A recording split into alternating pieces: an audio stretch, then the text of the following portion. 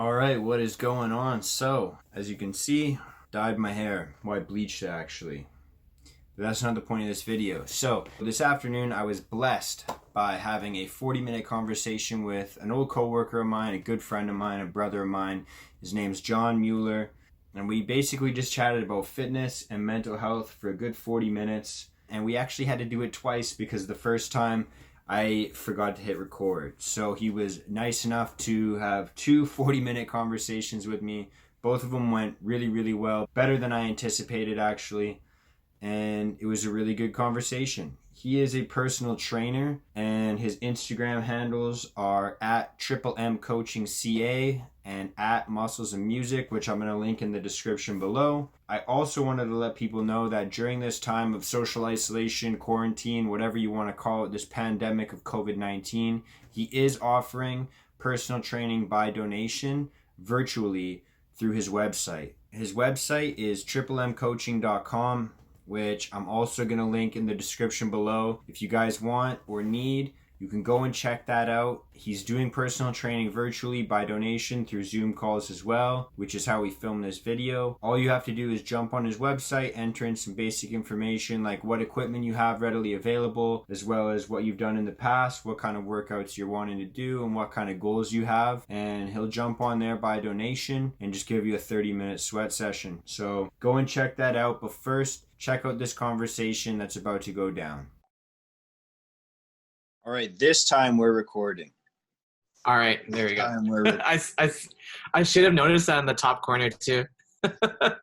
So we just filmed a 40-minute conversation, John and I did not hit record. It's completely my fault.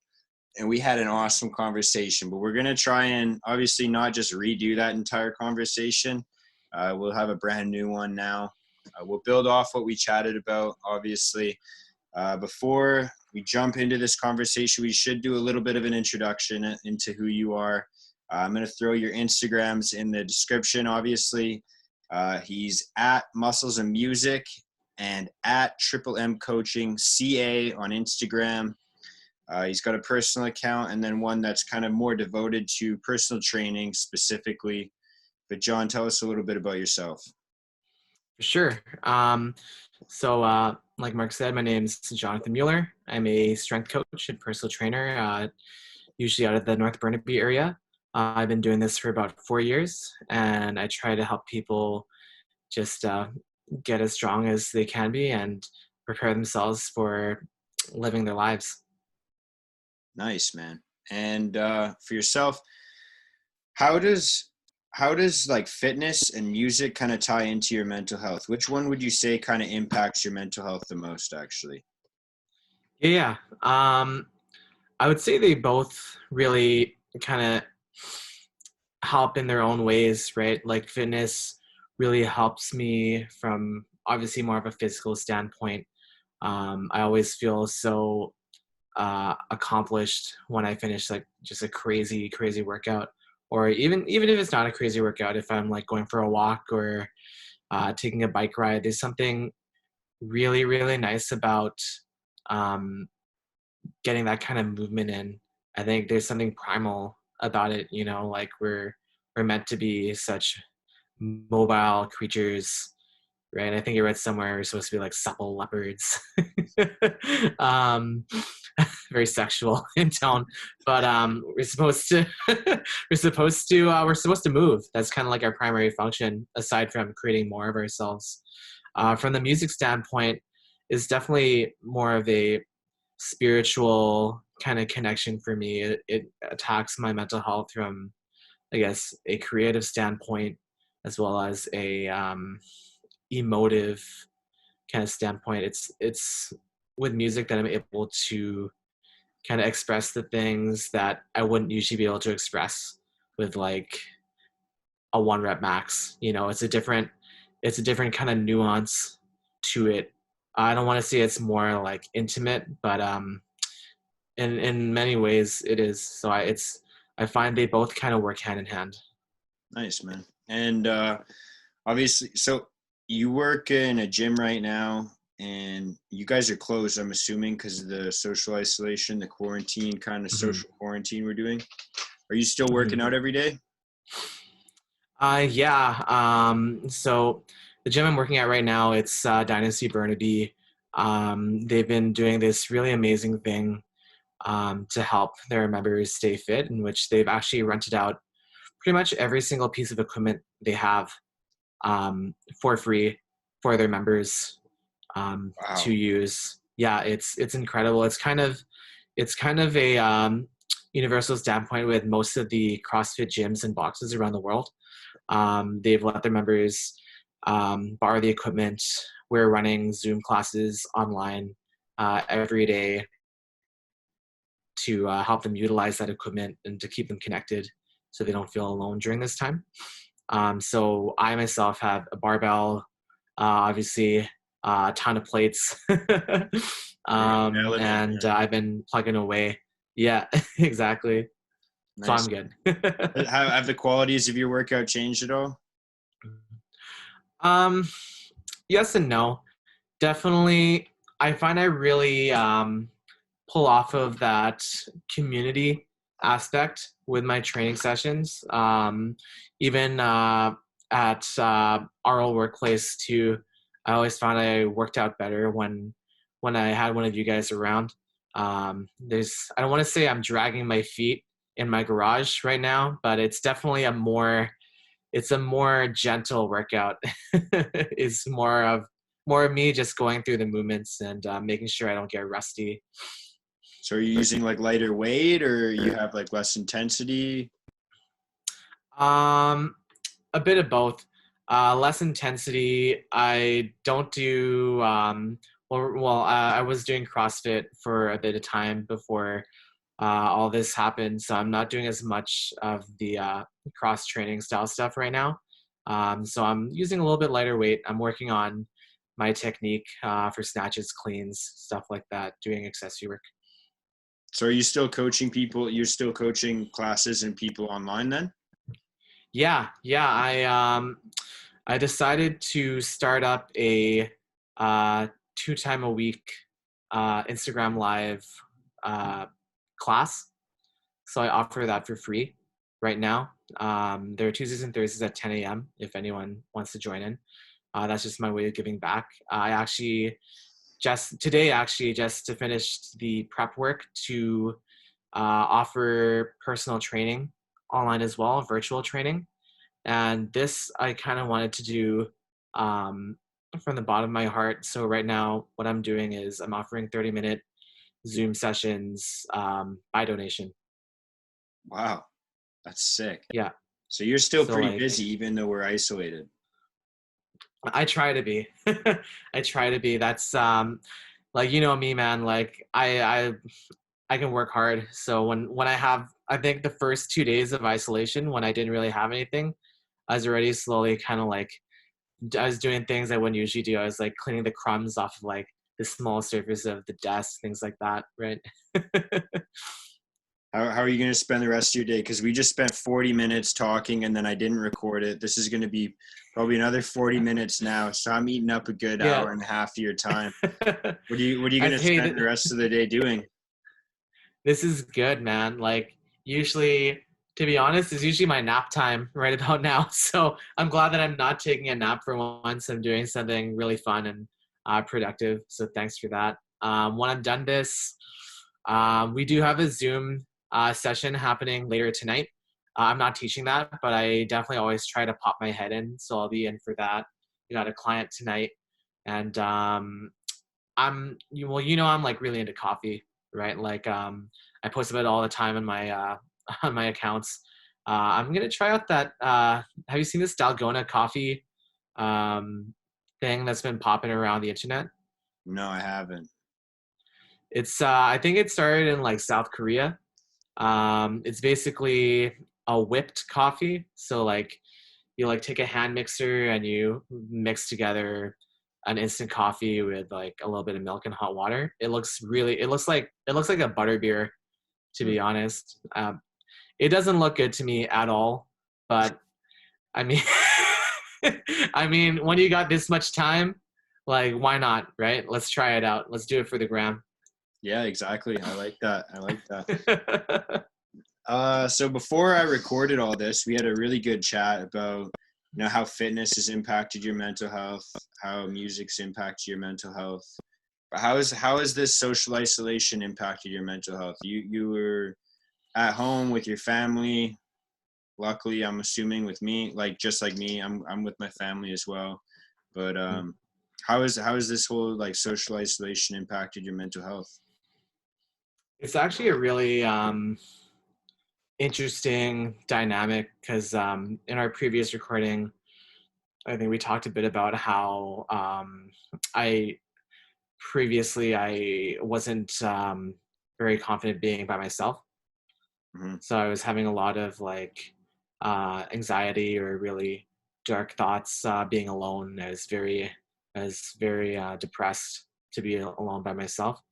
Um, Now that I'm at this current point, when I'm with my family, I'm noticing it's kind of the opposite end of the spectrum.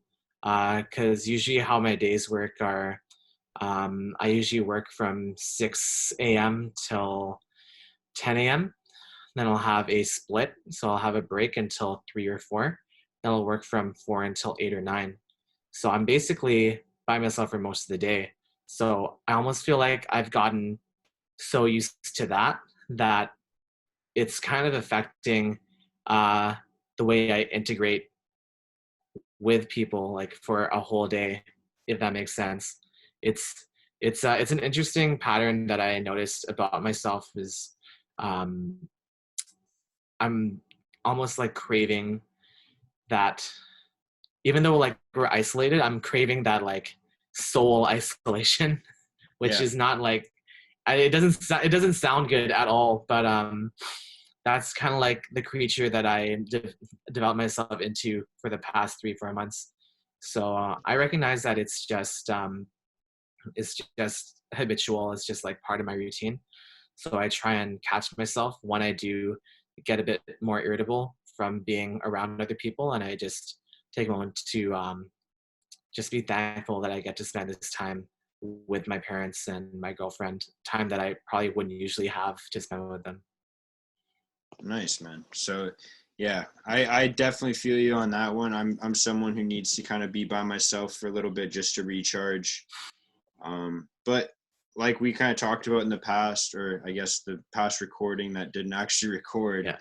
um, like there seems to be a fine line between being alone and then feeling lonely. How do you kind of differentiate the two? Mm-hmm. I mean, I try and look back. I haven't really felt lonely for a bit of time now, just because I that's something I really worked on with myself. But what I do remember about whenever I would feel lonely is I would definitely kind of feel like I was the only person in the universe. And I know that's like an obvious thing to say, but then if you were to take a moment and kind of hypothesize um, that kind of scenario and really believe in it, then you kind of get this deep, for me anyways, you get this like deep hole in my belly, right? It almost feels like I'm empty inside. So I haven't felt like that in a while, so that's good.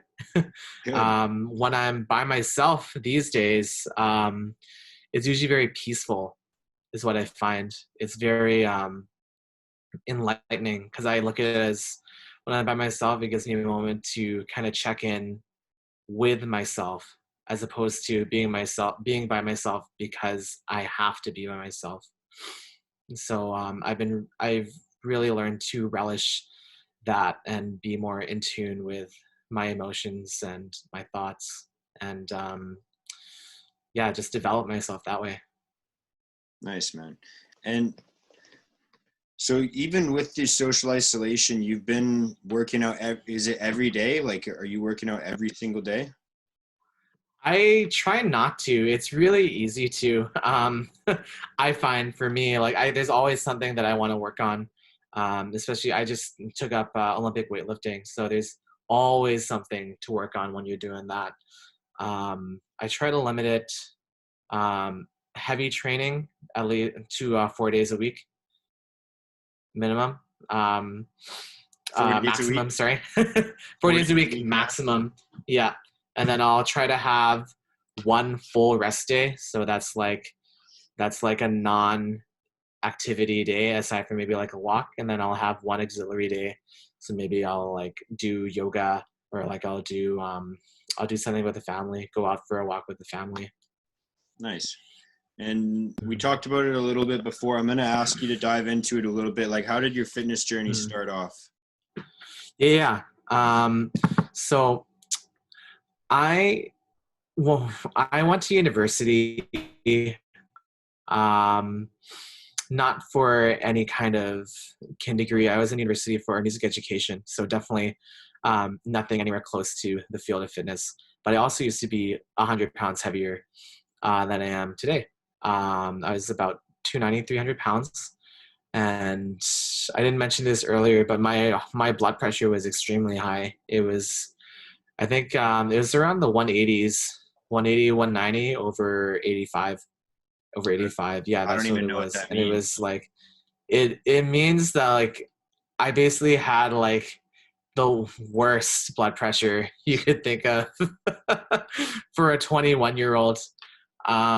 So I basically got started out of spite, really. I was in my physician's office, my family doctor's office, and she essentially gave up on me.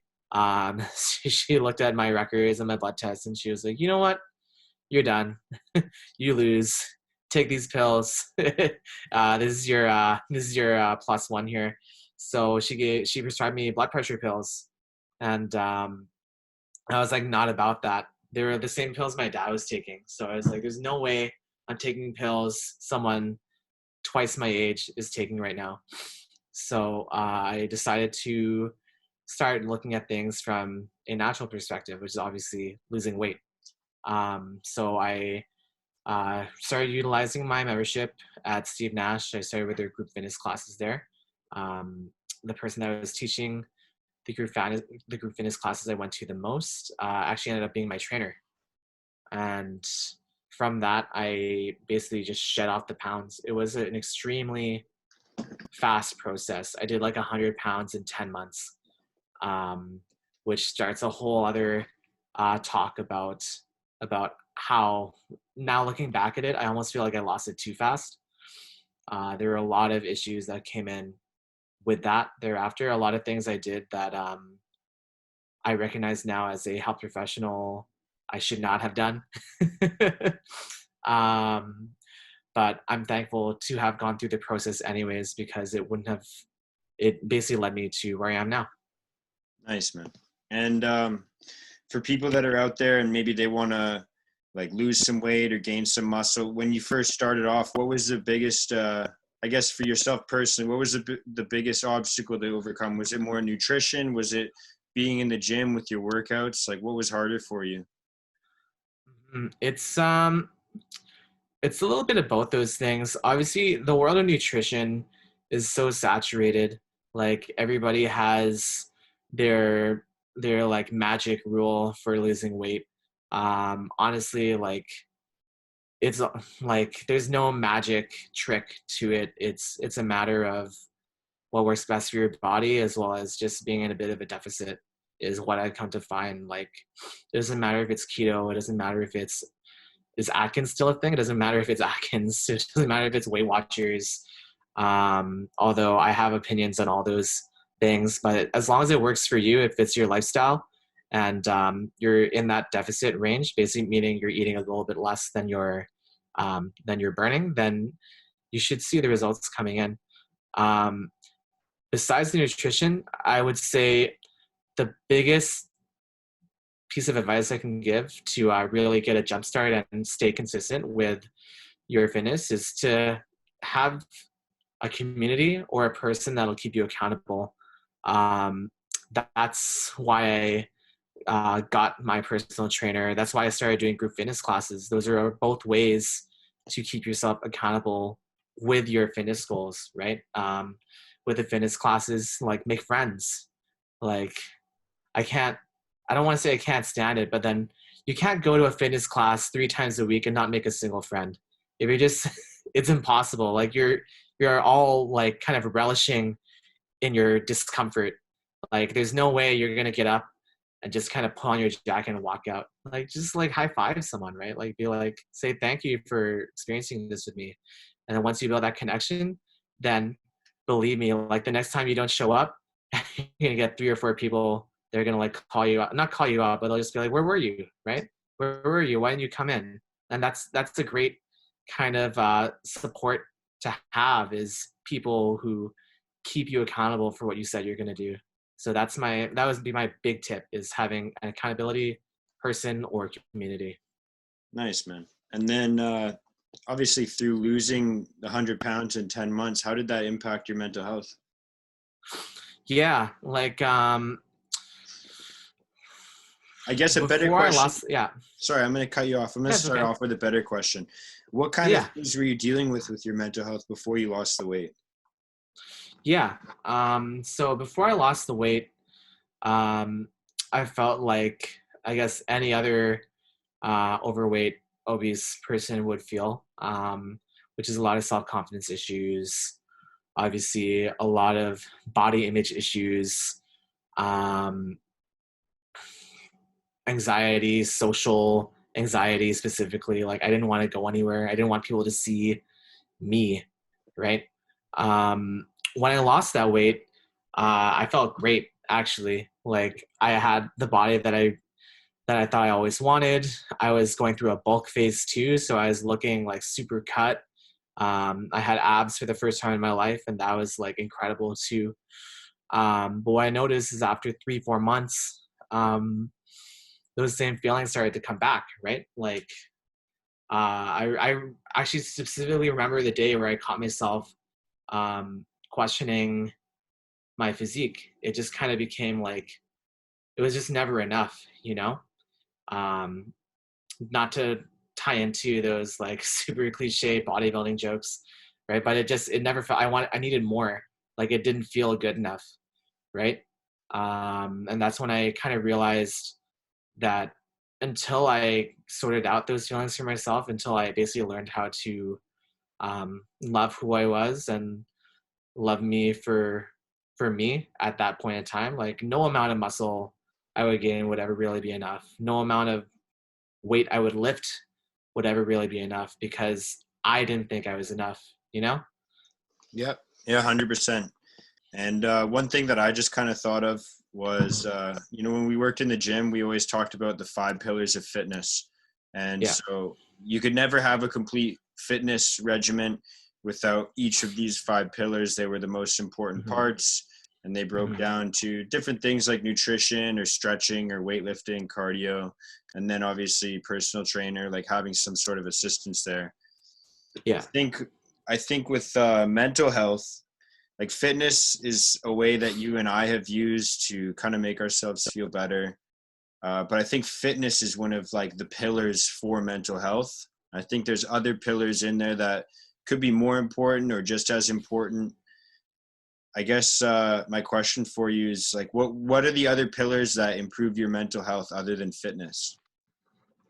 Totally. I would probably say the things that helped me the most were more dealing with my personal growth for sure. Um, I found that I was kind of focusing so much on my fitness that I felt like I was falling back on who I was as a person. Like I wasn't spending time with my family. I wasn't making those close relationships. I was so obsessive about my diet and my physique. I would actually um, say no to social events because I didn't want to risk ruining my macros or drinking alcohol or like doing anything that would ruin what I thought was making me happy, which was my body, right? So I guess one of the pillars for that was that a pillar? Personal growth, personal, Sure. Yeah. yeah, and personal growth, just personal awareness, right? I mean, I feel like balance itself should be a pillar in there, right? That should be like the middle pillar, right? It's just like a big triangle, right? That's actually why I based my brand logo as a triangle.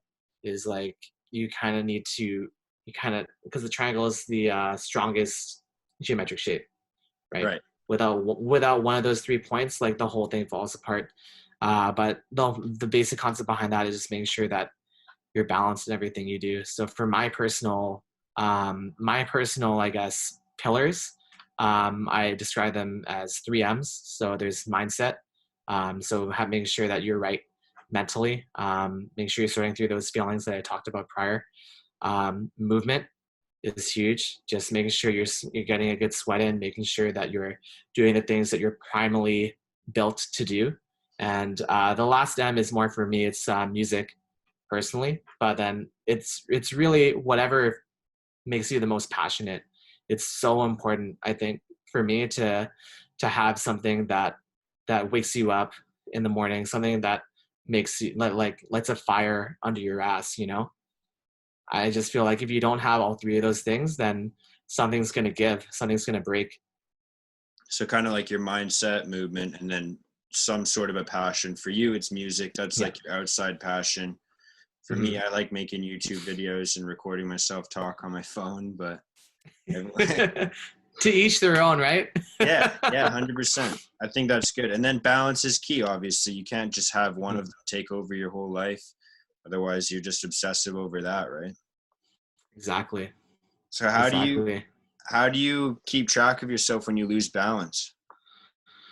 Um, it definitely takes a lot of self-awareness for sure. I find I especially right now with the pandemic going on, I've been falling into some bad habits again of just kind of like obsessing over certain things. Um, but then once I catch myself doing that, or once I catch myself in kind of like a loop or a spiral, I try and just honestly I breathe. It's like it sounds so dumb and like so simple, but then just taking like a good minute to just kind of reset, to breathe, really breathe deep into your belly and let it out, and all of a sudden like I'm able to recalibrate myself. Nice. So that's kind of like your grounding technique when you feel like you're a little bit lost. Exactly. I breathing or meditation helps too. um I definitely have a lot more time for that as well. I try to make that like a morning routine. Is I'll whip up like just a track or something, and I'll sit through that for 10-15 minutes. Nice, man. And then, like, to keep yourself focused, you're obviously someone who loves to set goals. You had that 100-pound weight loss goal in the first place. Mm-hmm. What's your next goal moving forward?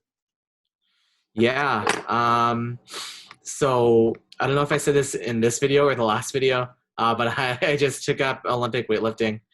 Um, so I'm hoping to compete in that for my first time. Hopefully sooner than later. Obviously, it depends on when all of this craziness uh, ends. I was supposed to do a meet at the end of April originally, but obviously that's going to be pushed forward. So whenever that happens, like I just want to be ready. So that's why I've been training the way I have been. And are you using a coach for that? Are you getting some help for preparation on that? 100%. That's one of the reasons why I started working at Dynasty Burnaby. Is they have one of the largest weightlifting clubs in BC. Actually, the owners are the head coaches for that as well. Their names are Patrick and Richard, and they've been super generous with their knowledge and support as they've helped me go through this amazing sport. It's one of those things I wish I'd invested in earlier, because it's a lot of fun. But I think I had to go through a few different phases of my fitness career to get here. So I'm happy. I'm just happy that I'm here. Nice, man. What do you I guess we'll dive into this question, because this is something that some people might wonder now, if they're not like super in tune with fitness, or maybe they're just ignorant to a couple of different facts. But why would a trainer need a trainer? Why would that be a thing? That's you know what? That's a good question. I probably would have asked that question myself 3 years ago, when I was a much more naive personal trainer. um, it's just that pursuit of knowledge, man. Like the moment someone tells me they know everything, like I basically discredit them. I discredit them immediately. Like there's no way you can know everything. Like that's kind of our job, is to keep finding the answers. That's for any real professional, that is part of their job. It doesn't matter if you're a mechanic or you're a trainer or you're, I don't know, like a chef, right? You're always looking for the answer to the next problem. You're always looking for that next step, right? So I always wanted to uh, receive training for this particular sport. I just didn't know where to get started or who to find, and the stars just happened to align for me to join up with the Dynasty team. Um, and I can tell you that it's absolutely fantastic. Um, Aside from just not having to worry about programming for myself anymore, which is already a huge plus, because it's bad. Like, I don't want to say it's not, the word's not bad, but then when you program for like a dozen people, um, it's kind of hard to program for yourself as well. It's kind of like a multiple personality disorder kind of thing. I forget who I am, what I'm training for. So it's nice to have someone else think of that for me for once. And obviously just getting that affirmation, getting that affirmation of that what I'm doing is gonna get me on the right track. Having that accountability that we were talking about before too, because they're definitely always on your ass about making sure that you're doing things properly, that you're following the program, and yeah, that you're just progressing. Nice, man. And jumping more into like the mental health, self-development, personal growth topics. I mean, some of the things I talk about a lot in my YouTube videos and things that I've just been suggesting for people. I talk a lot about reading. I talk a lot about journaling, a little bit about meditation because I'm not good at it, but I do value it quite a lot. Mm-hmm. We've talked about reading because that's what you do in your spare time as well. Mm-hmm. Do you journal? Do you keep a journal? I love the idea of keeping a journal. Let's leave it at that.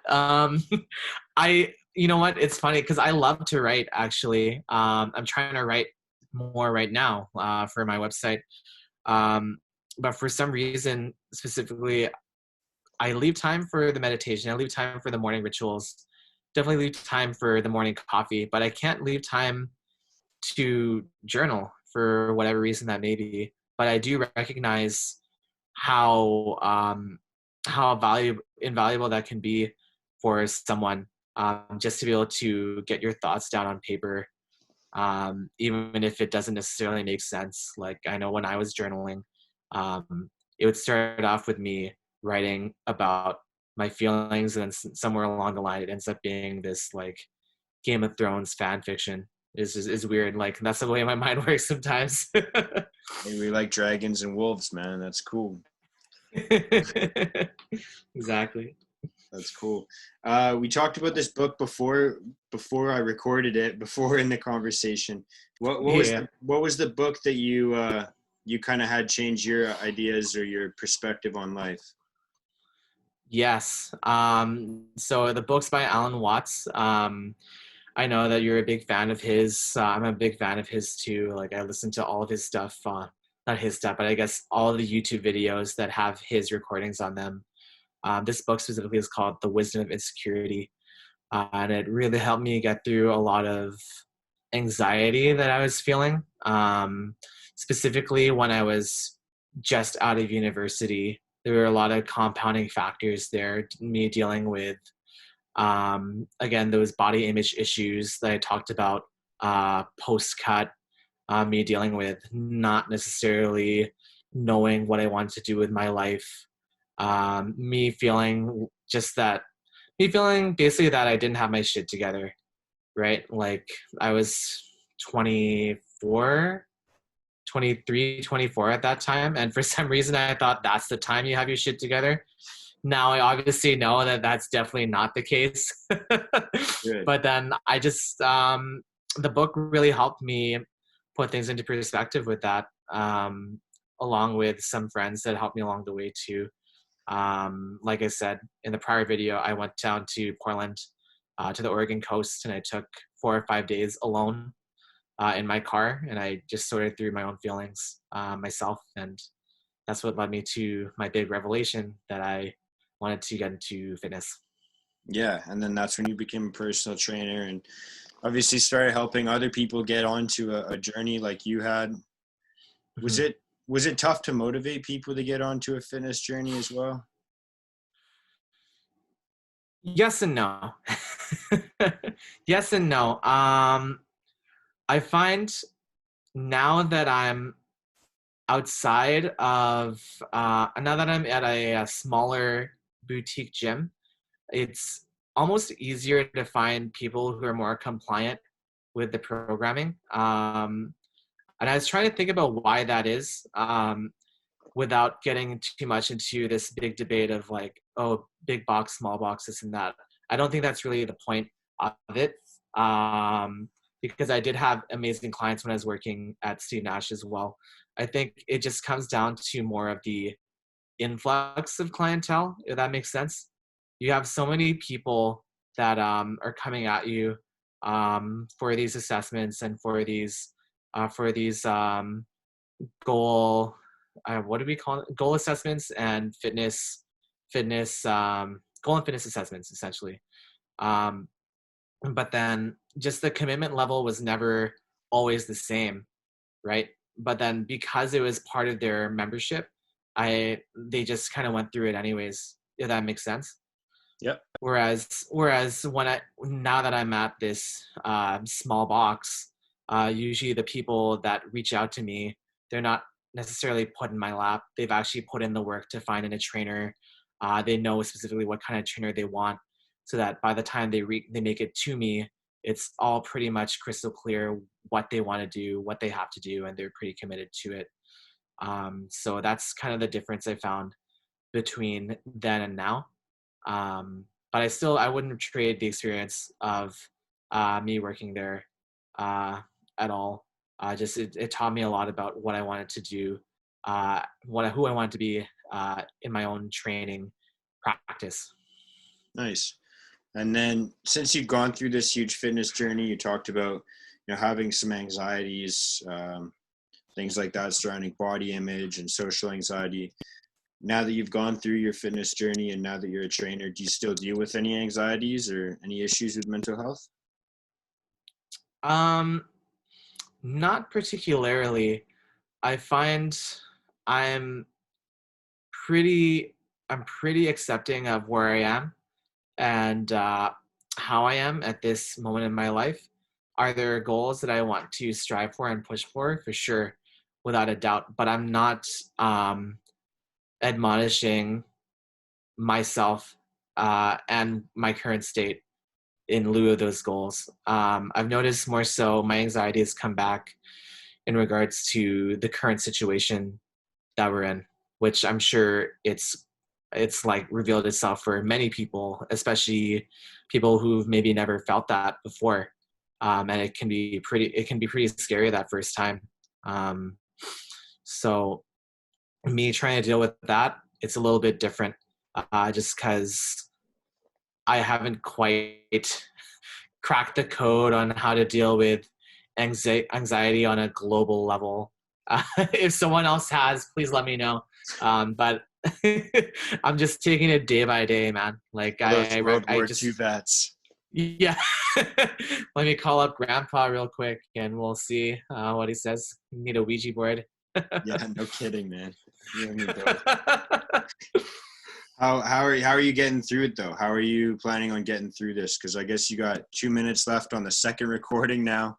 Oh Let's wow, that went even faster than the first one. Yeah, let's end it off with just saying, I guess, a positive message, because I'm sure there's a lot of people that are feeling anxiety right now. What's your advice? Yeah, my advice is, especially if this is your first time feeling something to this degree is to just breathe. Like I've been talking about breathing a lot this whole video, but just take a second and really breathe deeply into the belly. Exhale, let out all that pent up anxiety, emotion. Understand that this is going to pass. Like most shitty things in your life, this is going to pass too. Think back to, I guess, the last really shitty thing that ever happened to you. It probably felt like it was going to be for eternity, but it wasn't. And this is going to be the same thing. You just have to be patient with it. You have to accept it for sure, because the more you try to avoid it, the harder it's going to be. Accept the position we're in. Find the joy, if any, in the position we're in, and I guarantee you, when this is all over, we're just going to come out stronger. 100%, man. 100%. Thank you so much for recording this and then re-recording it with me, John. Again, I'm going to shout out your Instagram so people can go and check it out, at Muscles and Music, at Triple M Coaching CA. But that is where Zoom video is about to cut us out. So thank you so much. Bless you, man, for spending this time with me. Of course, anytime. That's it, man. Recording over. At least we recorded it that time. Mission accomplished. Oh, now I can recline. That was sick, man. That's awesome. I could talk to you all day, man. This is fun.